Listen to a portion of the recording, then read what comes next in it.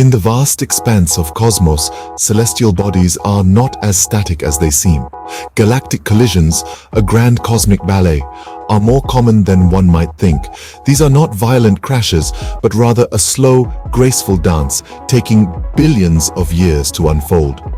Two galaxies, drawn together by gravitational force, begin their intricate dance.